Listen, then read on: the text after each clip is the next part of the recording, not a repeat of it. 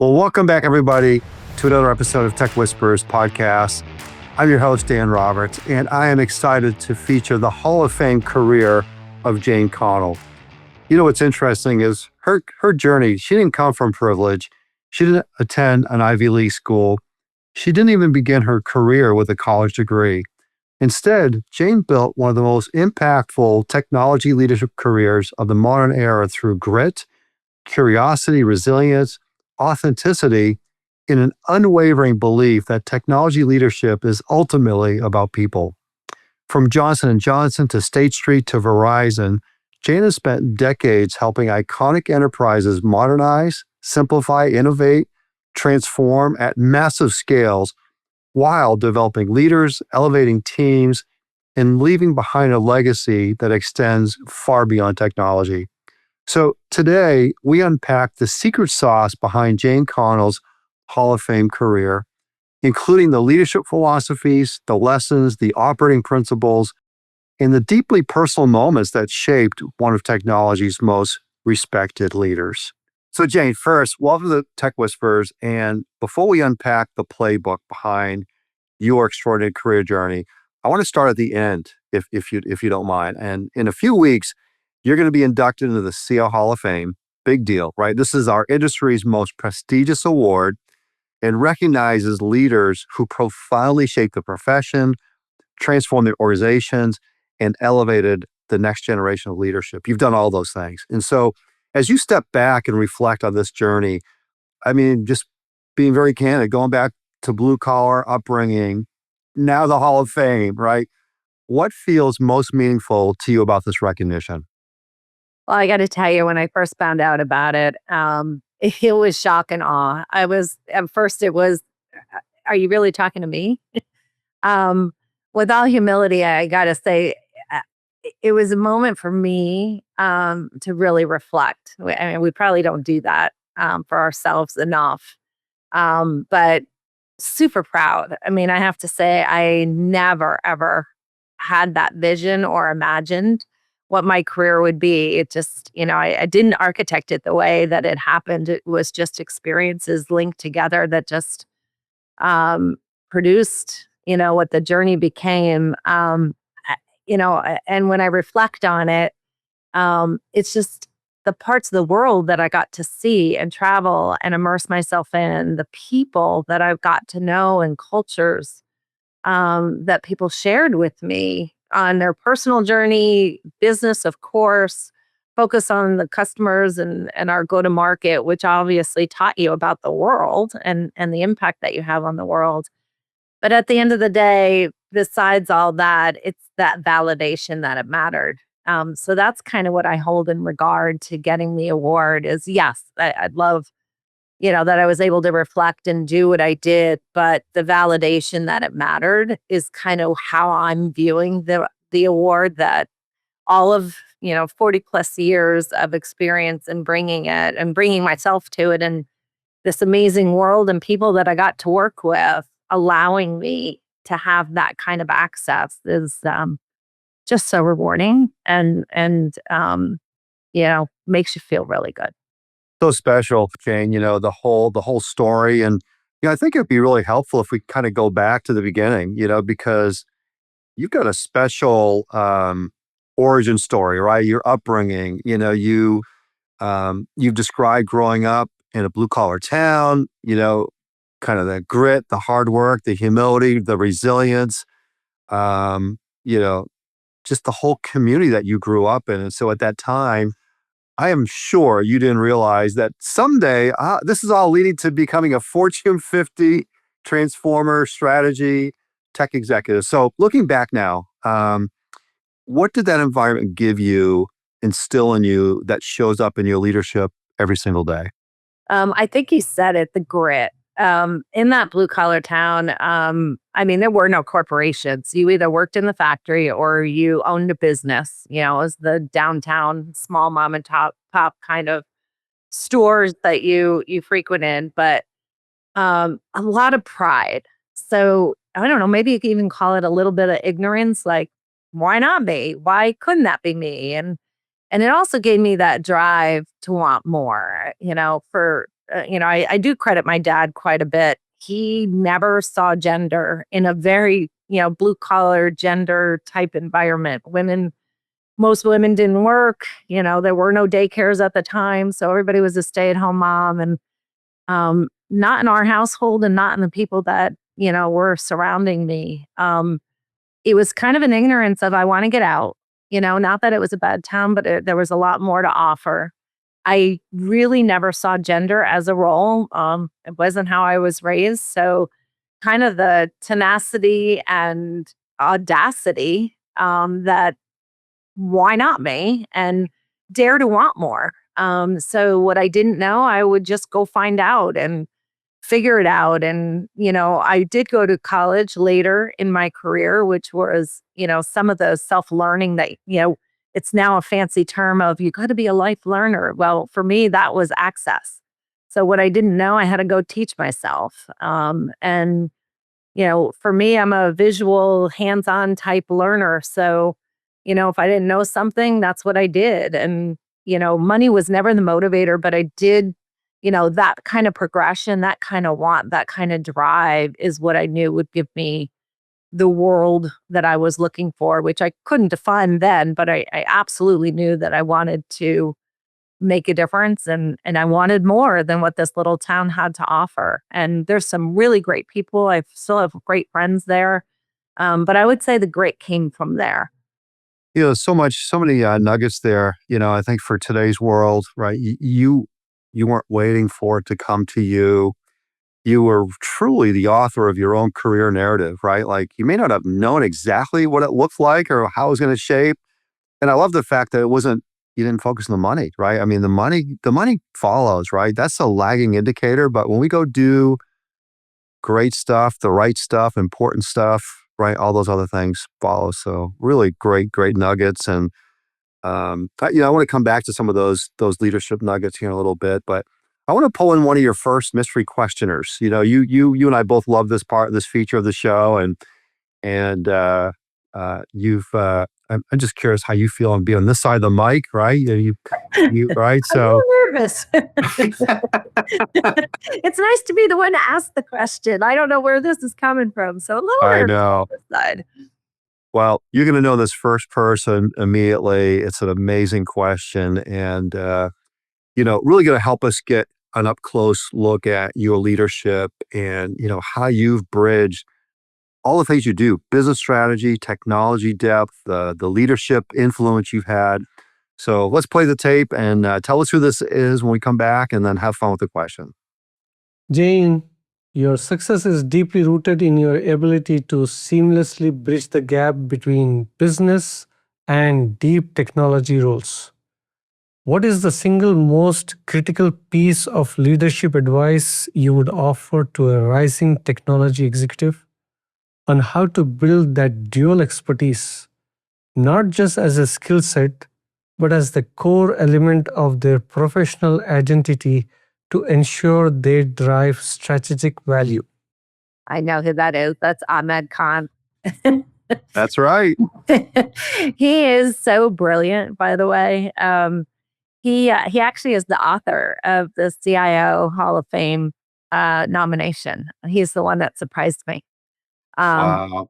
in writing it. So I am deeply indebted to him. But the point of his question is it's all about knowing the business, being out there, as I alluded to. You got to feel it, you got to touch it. And as a technology leader, what's interesting as well is there's two different types of consumers. There's the consumers that use your tech to deliver to the customer. So they're your customer as well. And what's their experience?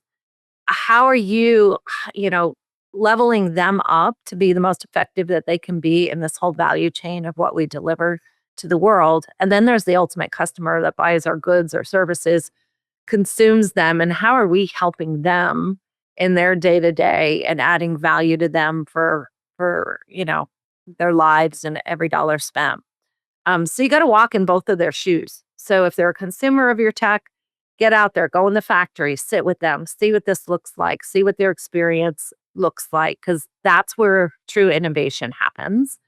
The second is analyze what's truly happening. Don't go by, the noise or what you think is happening. Use data, use facts, but also use the experience and you'll never go wrong. You're staying objective, you're staying focused. You have to do small innovations along the way, but the big ideas will come. You won't know going in. The big ideas will come after you experience it. And that's where I believe the power and the unlock of making a difference happens. And you have to collaborate along that value chain. It has to be cross functional if it's internal, and it has to be all types of customers of what you're delivering that you have to think about who do I involve? How do I involve it? And that's only going to happen by walking in their shoes or experiencing how they receive what you're doing.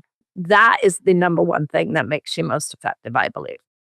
And thank you for that great question and taking us down that path. And thank you for being the brilliant you and nominating Jane, because so deserving, and that's pretty special.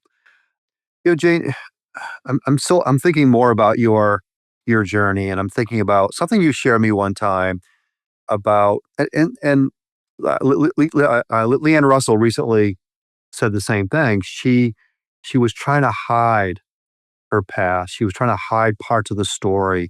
You mentioned not having a degree, starting your career not having a degree, about where you grew up, about feeling intimidated, about not having all the right credentials, right? So eventually, I mean, your leadership superpowers came through with authenticity. And talk about that, that whole journey and how you got comfortable in those settings, Jane. There was a pivotal moment for me where I kind of integrated myself, I call it. One, it is that learning aspect that we talked about, and even in my upbringing. So, my business persona, I would not say in the beginning was authentic in the sense that I projected what I wanted you to see, not necessarily who I was as a human being, which true connection happens when you become human. So that's one of the biggest leadership moments, that coming up the ranks. And remember, this is a woman in all STEM career. So I was usually the only one in the room. So there was also that gender aspect that I had to deal with most of my career. So I would emulate, I would call manisms, just to fit in and be heard, as opposed to what the value of my style was, regardless of gender.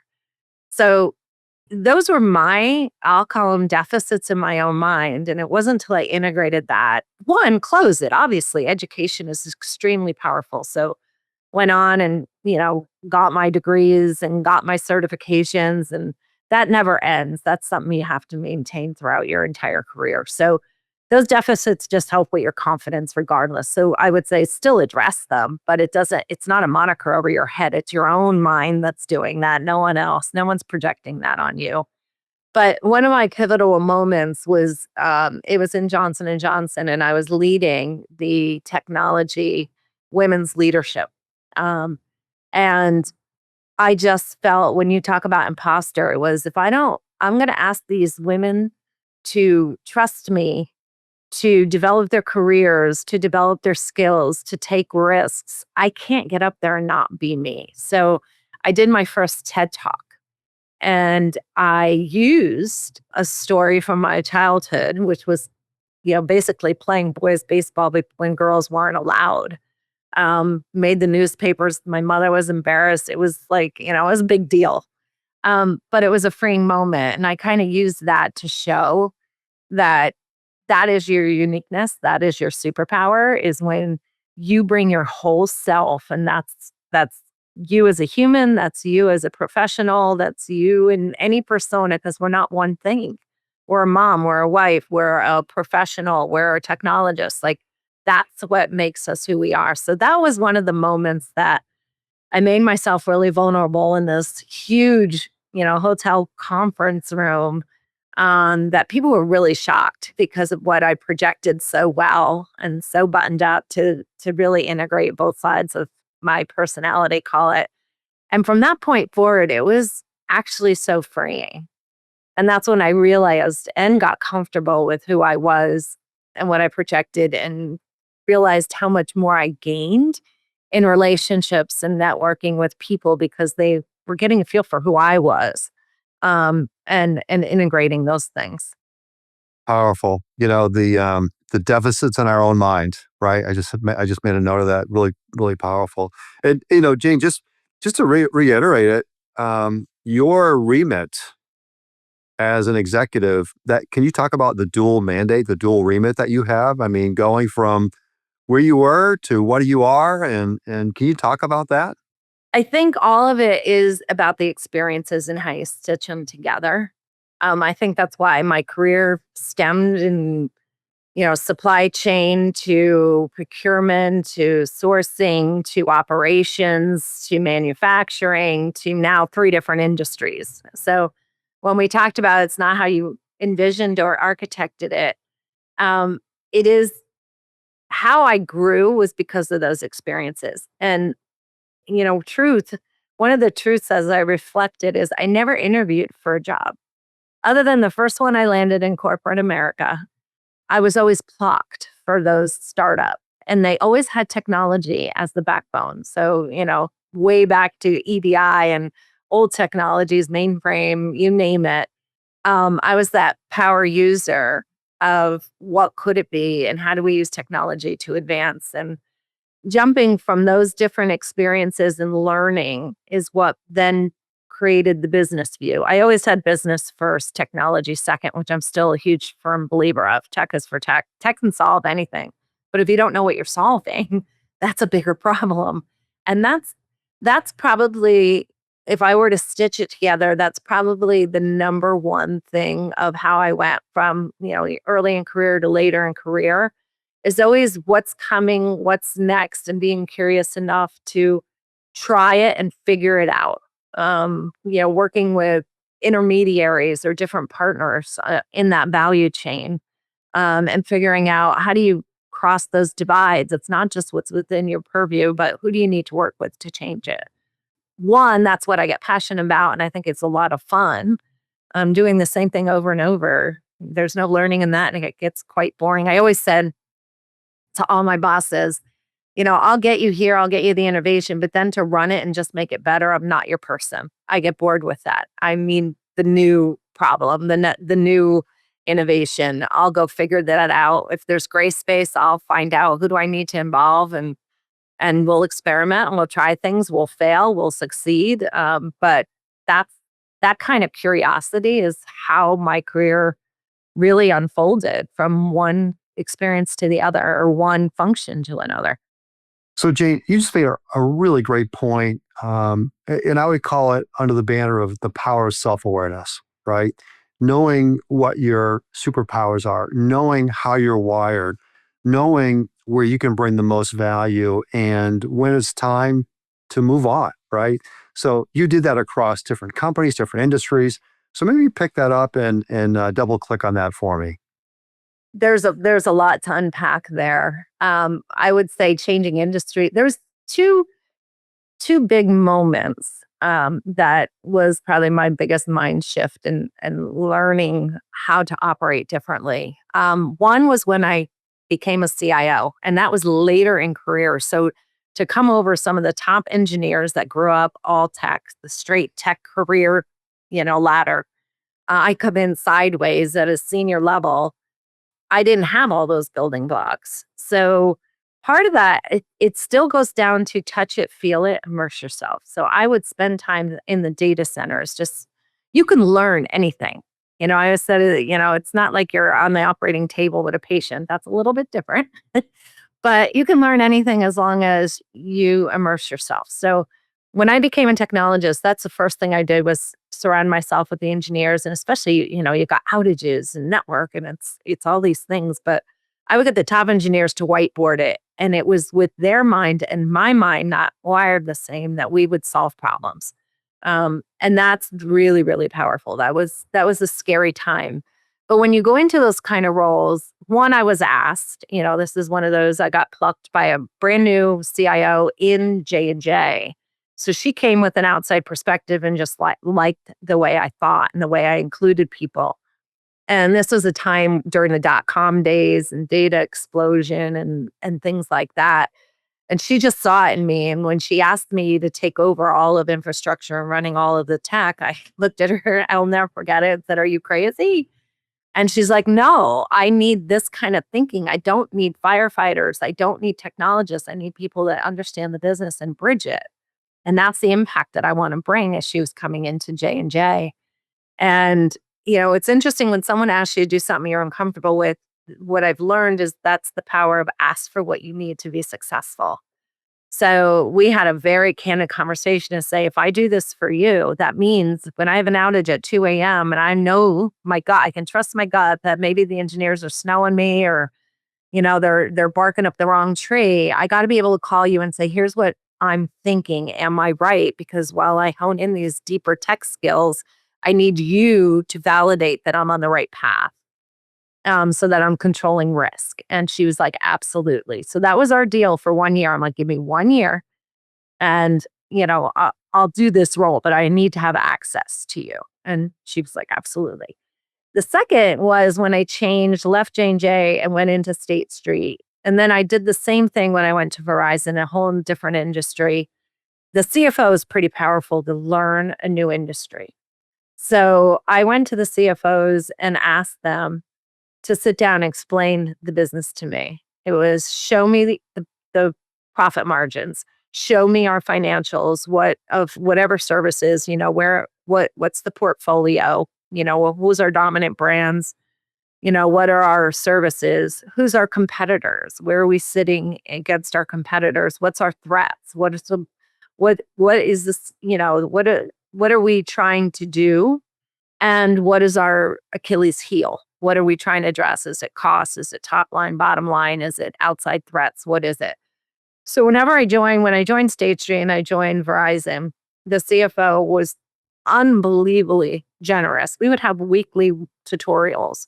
In fact, one of their verbatims, Tony in Verizon was like, some of our business leaders don't ask these questions. But it's how I got to learn an industry I didn't grow up in. I was 20 plus years in J&J. I knew healthcare. I knew, how we went to market, but I didn't know these. And especially Verizon was a technology company.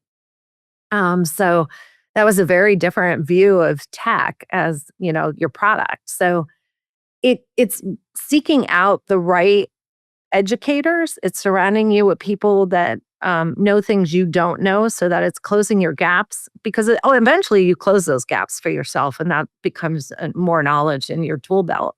But those are the techniques and what I would say my most uncomfortable moments and how I address them.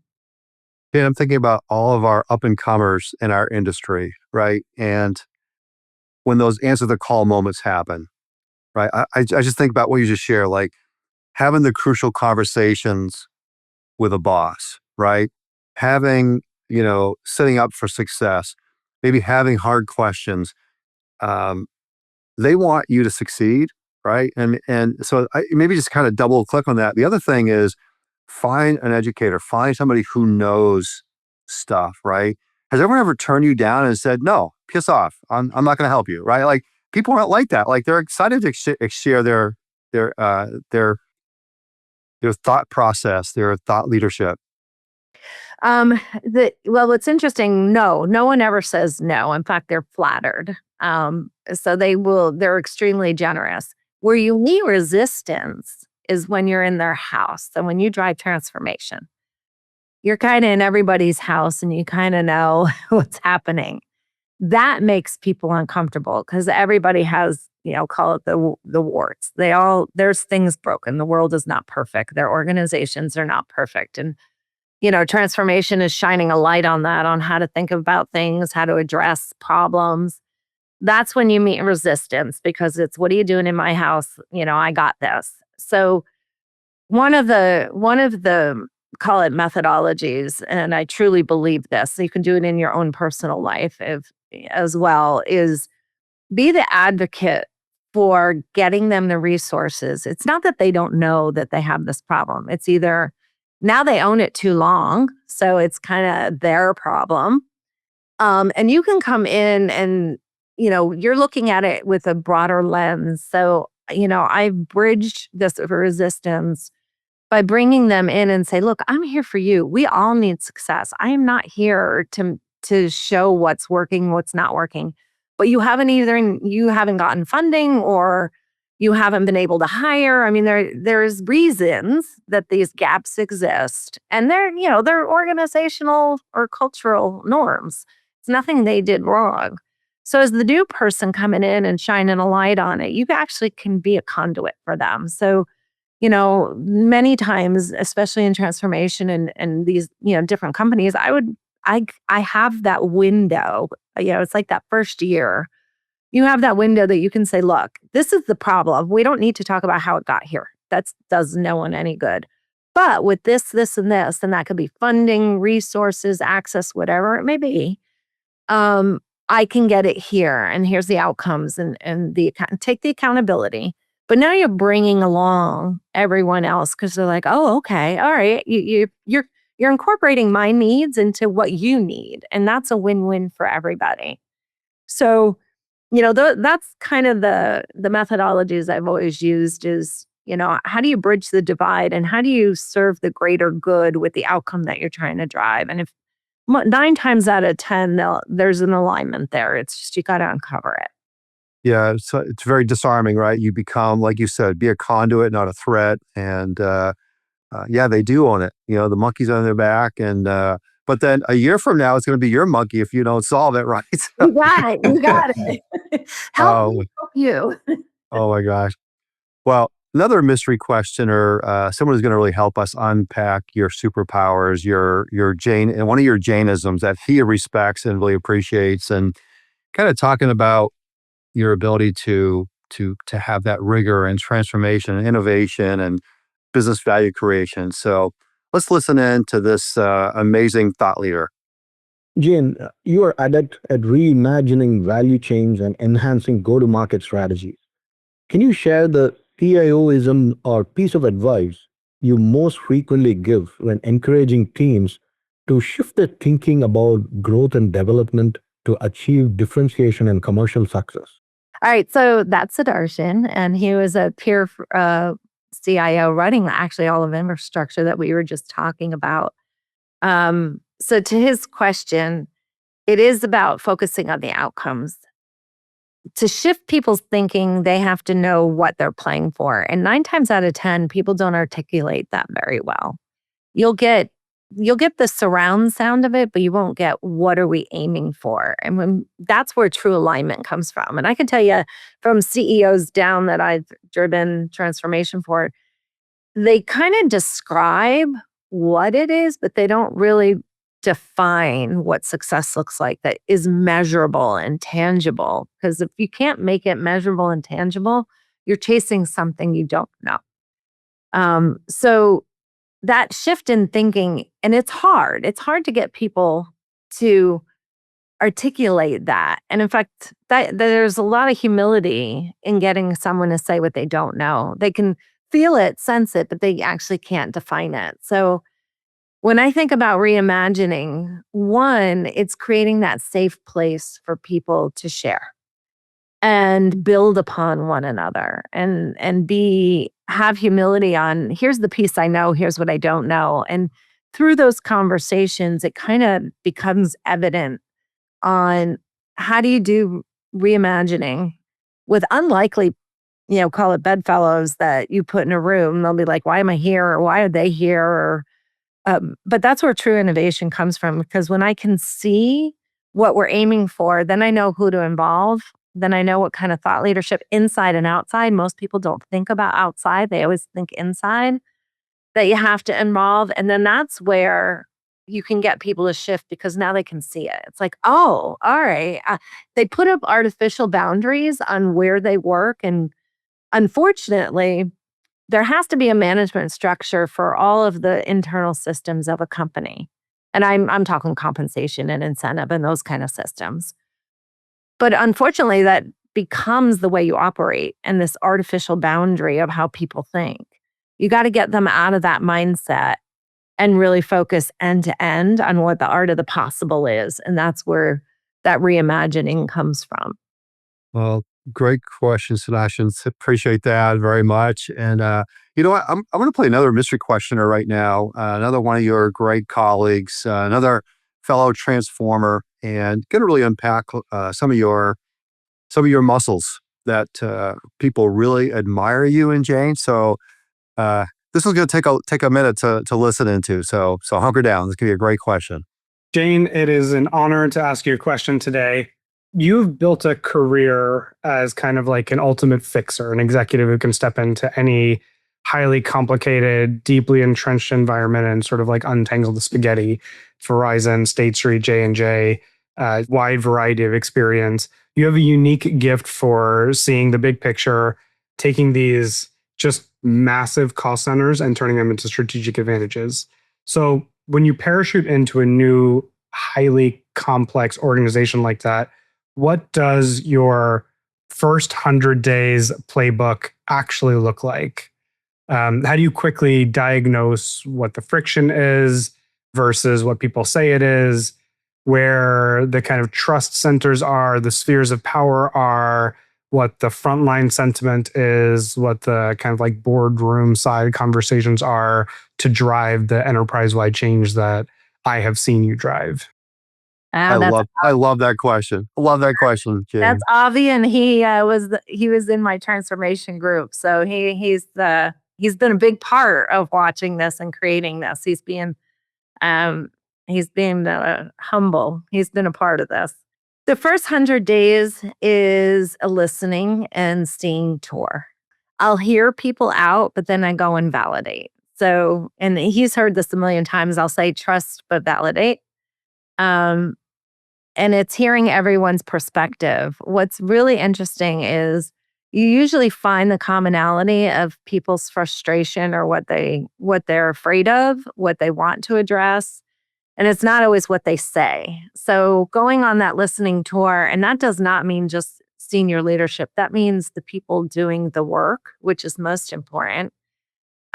Seeing how things are done, and then putting together kind of that hypothesis of, okay, here's what I think, we need to address, and be really conscious of observing the culture and how a company operates. They have this unspoken rules. Are they hierarchical? Is it a sphere of influence that there's certain leaders that unless they nod, no one's going to get on board? In fact, I'll never forget one of the COOs, our first COO in J&J. We never had COOs. We had, in our franchises, it wasn't run like that. When she came in from the outside at an EVP level, I was it was dual mentoring. She was bringing in her agenda, but I was there driving transformation. And she used to say, Jane, you're my decoder ring to know how, what's going on here. Because we'd walk out of a meeting and she would say, that went well. And I'm like, nobody bought in on it. And she'd be like, how do you know? I'm like, it's what they didn't ask. I said that the questions they didn't ask means they don't care and they're just going to wait this out. So that besides the listening tour of what it is that would add value and we should go after, it's also seeing that norm. Are there power players? Is it hierarchical? How do they operate?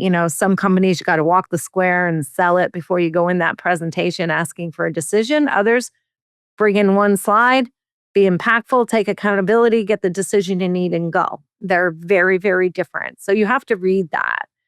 And then the other is access to leadership. So I always created mini boards in each of the companies that I would use as a sounding board on. I'm sensing this, I'm hearing this, I want to take this approach, so that I was getting input from, various leaders candidly in a very safe environment. So I would set it up that way. Like, I need you as a sounding board. I need you to be brutally honest because we all want success. But if I don't know and I'm walking in on something, I need to know that. So in fact, I'll never forget in Verizon, there was a big decision. I was there 90 days. And I was going to shut down a very multi-million dollar go live because it wasn't going to go right. That was not going to go over well at all. So, I had the CEO staff and the key players that needed to be there. And, I was prepping them as much as they were prepping me. Did they know this? Did they know this? Here's the facts. And for them, they owned it because I wasn't there 90 days ago.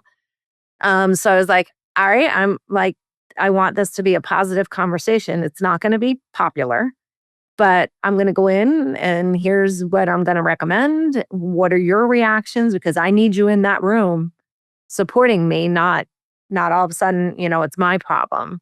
And I would ask those questions as well on what's the landmine. And if I say this, is this going to indict them? Because that's the last thing. Again, I'm not there for that. That's history. It's gone. It's behind us. I'm trying to move it forward. And, that kind of sounding board, that's beyond advocacy. That's putting them in an and situation. Like, we're in this together. This is not, I'm going to drive it. I'm going to take accountability, but we own this. But here's what we need to do. So it does so many things in doing that. One, you know what you're talking about. One, walking the square, the listening tour. Two, you can now have a sounding board that have been there and, can give you the input that you need. But now you're setting clear expectations. You're taking accountability and you're saying how you're going to measure it. And then with that comes trust and credibility, because then do what you say you're going to do. And if not, if something changes, your commitment to them and setting expectations is, if I find out something that this isn't achievable, I'll be the first one to bring it to you and tell you what we're going to do about it. But accountability sits heavy. That's a trigger for me. Every leader has a trigger. Mine's accountability. I know when someone's taking it and I know when someone's shirking it. If I need them to trust me and I want their advocacy, I have to take the accountability and look in the mirror. So that's what that looks like. 100 days and beyond. Yeah. Avi, thank you so much. Golden question. Very thoughtful answer, Jane. Thank you for that. And, as you were talking, I had a flashback, Jane. A year ago, I was leading the leadership masterclass at the CIO 100 event where you and I first met. And you and my good friend, Danielle Bischoff Forsyth, were on a session together. She's at Seven Brew. And we talked about a topic that no one wants to talk about. Nobody in our profession wakes up in the morning, jumped out of bed and says, I can't wait to go deal with organizational politics today, right? But gosh, it's just how things get done in these organizations, right? So can you think back to that, maybe some of the golden nuggets of how do you navigate those organizational dynamics to influence without authority, things like that, as you think about the journey? Yeah, a lot of it actually plays back to what we were just talking about. It's building the right relationships and trust. It all comes down to trust and being super clear about what you're going to do, what you're not going to do, and making sure you don't make it personal. Business is business. We're going to have different points of view, and this is probably another nugget of growth that you get along the way is, when somebody's saying no or resistance, you take it personally, and it really isn't personal. So if you can remove that, it's not a rejection of you, and you can get to what is it that they're resisting, or what is it you need from them for success, and you can articulate that super clear. You can normally, it's not that it happens in one conversation, but you learn how to navigate those organizational confines I was talking about, the management structures. It could be we're incented on two very different things. So you got to know what you need and be honest about it. Like, I need this from you. Why is this a problem? Or why and those are one-on-one conversations. You've got to invest the time. You can't just bulldoze. You'll get away with that once. You won't get away with that twice. And people remember how you made them feel. That's such a true statement. So when they see that you're truly just focused on the business, not them, even though they may, some people can't separate. This is personal, this is business. And one of my isms is always, I'll always say, let's agree to disagree. It's okay to disagree and get people comfortable with that. And then figure out from there, like, look, we agree to disagree, but we both agree we have to move forward. So what does that look like? You don't let them off the hook. That's not an avoidance. And that's probably another technique too, to say, so then what is it you propose? because this is going to happen. This is going to move forward. So do you want to do it with me, or what's this going to look like? It's not going away. I'm not going away. So here's success. Now help me get there. And that, like I said, it takes time and it takes tenacity, but they know that you're doing it with integrity. And then ultimately you're building the trust that you need, because the only way you're going to do that is trust and integrity at the highest level. Yeah, so good. I had someone, I can't think of who it was now, who said, never let anybody who does not have the power to say yes to allow them to say no. Yes. That's It's really easy for people to shoot shots from the sideline, right? And say no and get in the way. But I mean, really, you got to work through people, but you got to be careful about those situations. But thank you for that. Thank you, Danielle, again for that great session last year. Everything we've talked about up until now, Jane, did some more detective work, found somebody who's lived this with you, experienced this with you in multiple companies. So we're going to verify this, if this is real, legit, or true or not. So we're going to dig in here really hard now. So let's tee up this next mystery question. Jane, you are a master at managing diverse stakeholders to ensure sustainable outcomes and flawless operational execution. As I step into this role, what is the single most important principle you follow for driving large-scale change while maintaining the security, compliance, and velocity of the team's growth and development? Thank you.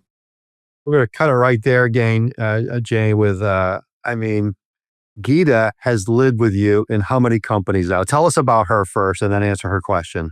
She's my successor too, as I left Verizon. So Geeta's amazing. She worked with me and came up the ranks in Johnson and Johnson, and then obviously we stayed in touch. And then I brought her into Verizon with the thought of her being my successor.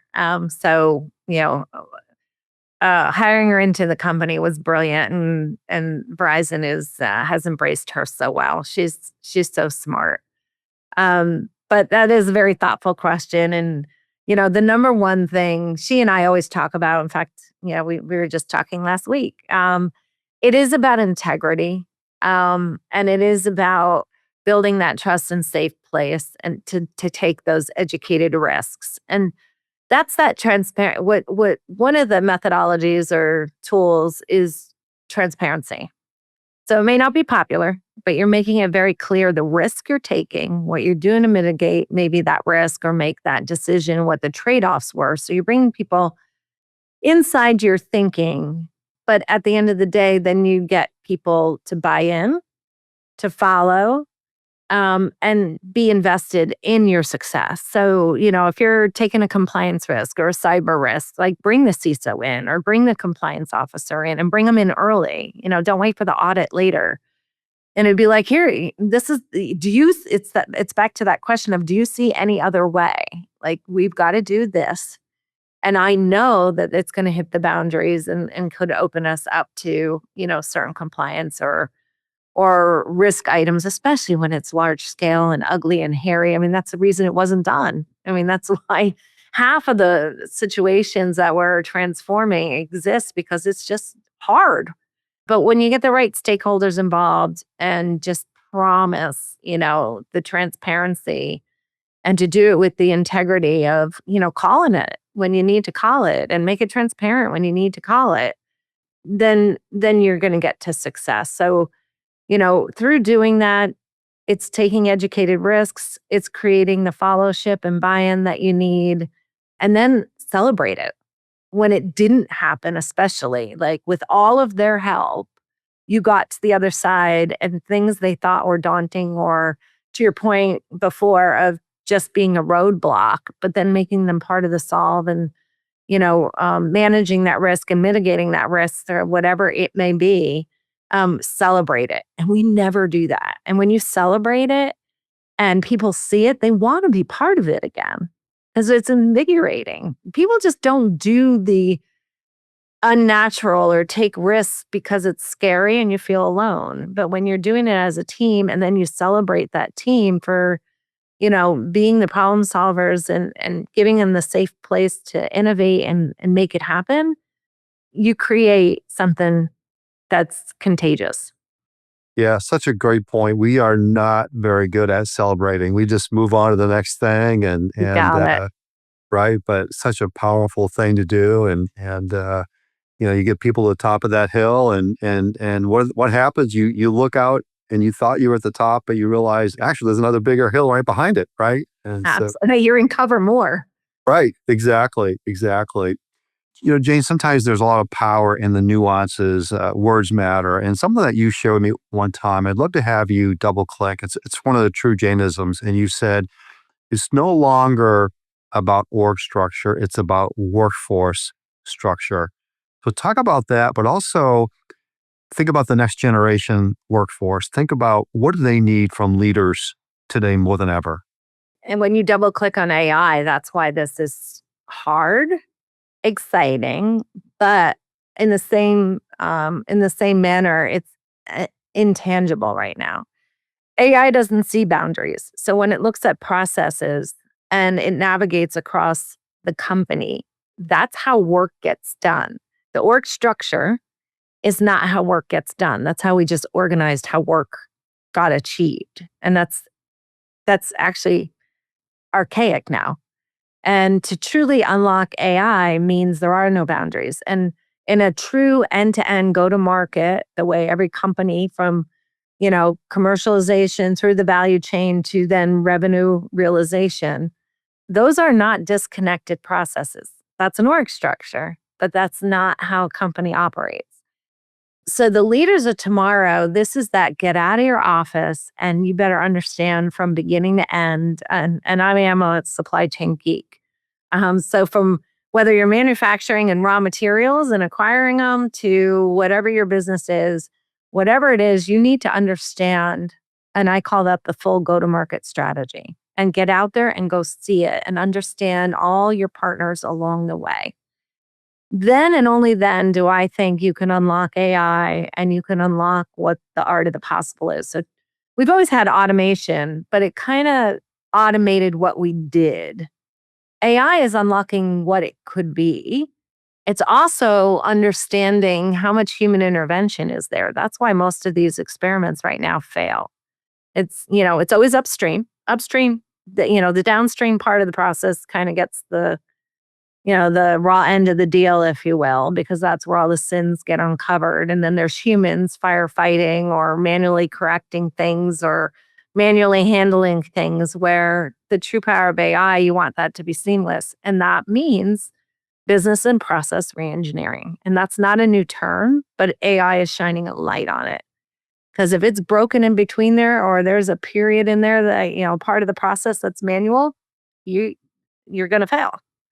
What's interesting is AI could plug a lot of holes that you don't have to wait on technology, and it has the intelligence to help you leapfrog, but it's not going to truly be unlocked until you still address that foundational process and business architecture. So, those are the things that a new leader, it's those skills.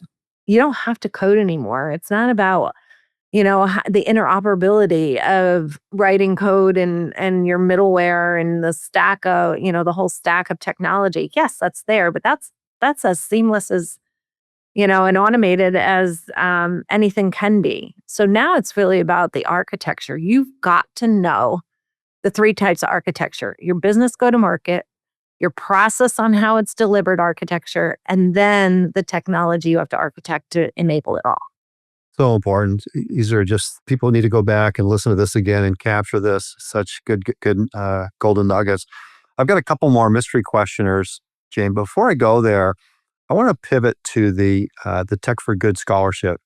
Think of based on what you just shared and something you and I talked about previously about things that you're concerned about, things you're excited about, the opportunity out there. But when you think about an organization that really deserves this kind of recognition that would benefit from this scholarship, who comes to mind, Jane? Yeah, for me, it's women who code. They have reinvigorated themselves. It's focused on women in tech. And if you've read any of the articles, in fact, I've been at dinners and collaborating with different CIOs and COOs because there is a industry concern women are falling off. and they're falling off at staggering rates. So this isn't just the DEI of yesterday. Like, women are falling out of tech. And what is crazy in my mind is AI to me is an equalizer. Like, all of us have to learn it. This is not something that you're coming out of school with. Even the college kids right now aren't coming out with this. Like, you have to have all this experience to know how to really use AI to its fullest capacity. So to me, it's an equalizer, but for some reason with women, it's falling off. And I have no idea why. So, one, I'm part of the cause, but I see women who code. They have their conference for the first time this year, and they're focused on skill building, which is definitely newer technologies are about. They're focused on leadership, which is, this is that time that this is what I find exciting and should be an equalizer, not a detractor.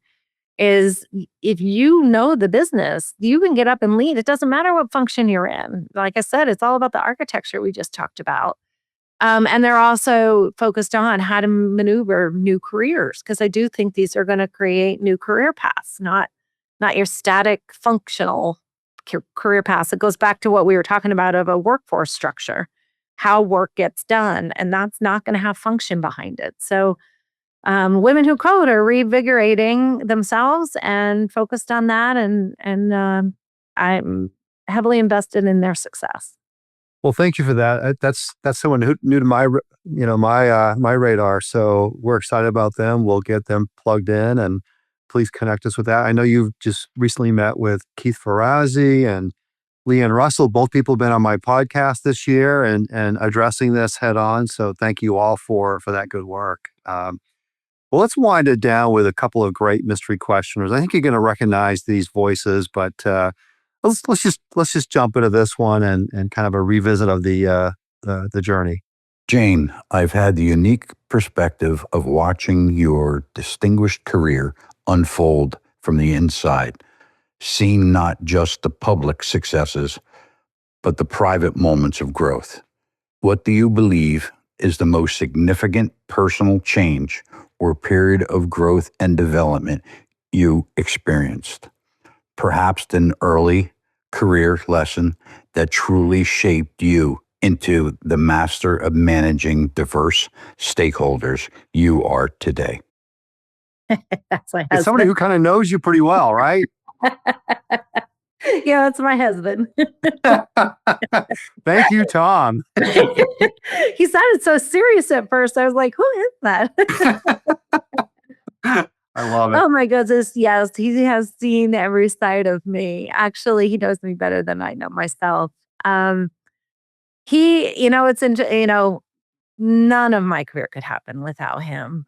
He knows my answer before I know my answer. So when we were talking about some of those trajectory points of jumping in at the senior level of taking over tech or changing industries, there's so many times I wouldn't be so unsure of myself. Like, I would have a sure bet career move over here that I could do with my eyes closed, and then I'd have these riskier bets.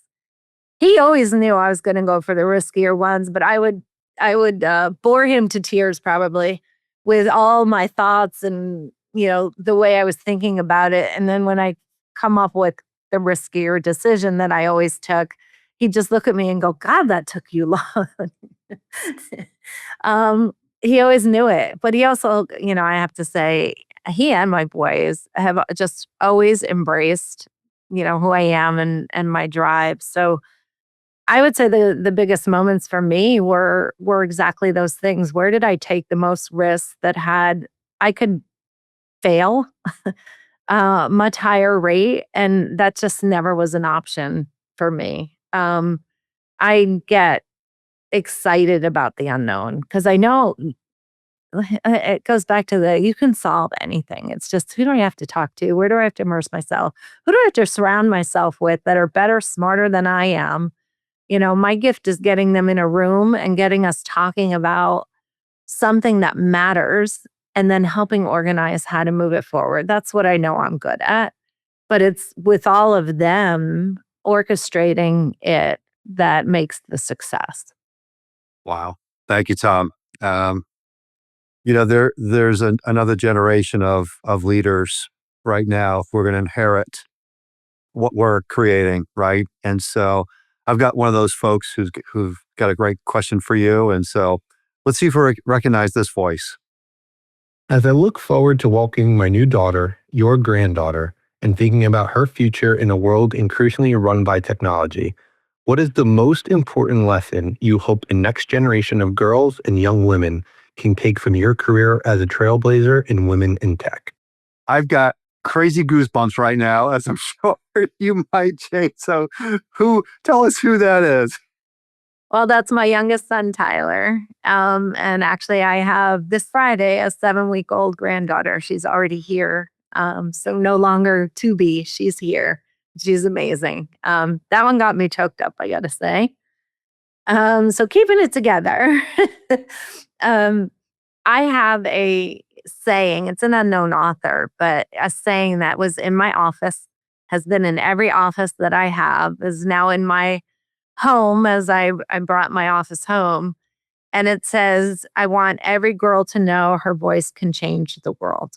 That's what I would say to my granddaughter. That's what she will grow to know, is trust in yourself and focus on what matters to you, and just know that your voice matters, and that you can change the world. And by immersing yourself in it, making sure your voice is heard, being at the table, no matter what table you're welcome at, not welcome at, doesn't matter. You get access. You can change the world. And that's what's going to make the difference. Well, Tyler, thank you so much. And that was a special moment. And I think our future is in pretty good hands. What do you think? What do you think, Jane? I think so. I'm counting on them. Yeah, good I think stuff. they're better than us. I think they can make it better. Definitely going to be different, and I do think better. And I'm excited about the next chapter. Jane, one of my favorite CEOs of all time. I won't mention her name right now, but she said, not every one of these jobs, these big jobs, the higher up you get, the closer you are to the door. And not everyone ends with a cake and a party. It's true. And that's the reality of it, right? Sometimes it's kind of abrupt. But talk about, you announced your retirement. You're getting ready for chapter 2 here. But what was your wrap up like, your wind down like, what you heard from people and the impact you made on their lives? Oh, that's probably the greatest gift, to put the bow on what I'll call my operational chapter in this world. When you make a mark on someone's life, that's all that matters. And all it takes is one to feel really good and know that it mattered. But the outpouring of love I got when I left, yeah, they had the party. I did have the party. I did go out on a high. So I was very, very fortunate about that. But it was the personal stories that you don't know happened. It could just be something I said or acknowledged or remembered, and asked them, oh, your mom was sick, or, oh, how was, your child graduated. It's those little moments that are really big moments to other people because you took an interest in them. So, you know, uh, I said to them, I said it at my going away as well, is I want each of them to see themselves the way I see them, because we are so hard on ourselves, and you don't see, what you're capable of. It's kind of back to that comment about, the deficits are in your own mind, because that's what you focus on. But one story in particular I'll share, and I'm going to try and keep myself together here, is one a senior leader. He was a VP. He never worked for me. I was only in Verizon in just shy of 5 years, so it's not like I had this long career and we crossed paths all the time. He was a technology leader in one of my peers' organizations. And unfortunately, he lost his daughter. And mental illness is a real thing. And he had retired. He took the moment to retire. Obviously, a big shift in his family, and he was eligible to retire, so he did.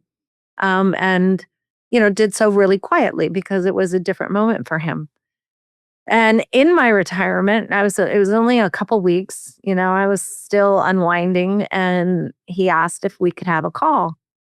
And he called me, and we were on video. It wasn't even just a call. He wanted to see my face and shared his story, that him and his daughter had this "What would Jane do?" He has a very successful wife, so obviously his daughter had a great, woman role model right in the home. But at work and professional, apparently he would talk about me, and he admired the way I carried myself coming in a company that didn't know me, operating at the most senior levels and having the impact and influence that I had. And he just was in awe of it. And he had been there, 30, 40 years. He was someone that grew up in the company. And his compliment, obviously, to me was, "I never saw someone have so much positive change and impact as you. I wanted you to know it, but I also wanted you to know to the day that my daughter passed, that you were a regular conversation on what would Jane do when she was hitting, hurdles in her life." And he said, "You may not have known her or saw her, but you had an impact on her life." Well, needless to say, if I were to put that in a bow of all the beautiful love that I got, but that moment made my entire career worth it. Wow. I mean, Jane, it's just thank you for sharing that. That's a hard story, but we just never know the impact, right? Sometimes we think things that we don't even think that are important or that big a deal, but they are. And like you just made the effort, you put in the time, you cared, and empathy. You wanted to help people, right? And I know you're being very humble right now, but there were a lot of people who reached out to you during this process, and very heartwarming. So, well, thank you for that, and thank you for this. I know we've been wanting to do this for a long time. I knew when we did the master class last year that I wanted to do this with you. So, thank you for making the time, and we're going to work on an article together. So next week, Sarah.com article, and I'd love to kind of dive into more of your thoughts around next generation, like how to really, really help this next generation, because the work's going to be hard. It's going to be different, but they can do it. And you've got some great ideas around that. So if you're game, I'd love to pick your brain and we'll craft that article. But hope this is fun for you and a good time for you, Jane. It is. It was really good. And you made it easy. Thank you for your professionalism. I was a little nervous about the podcast. Thank you for that.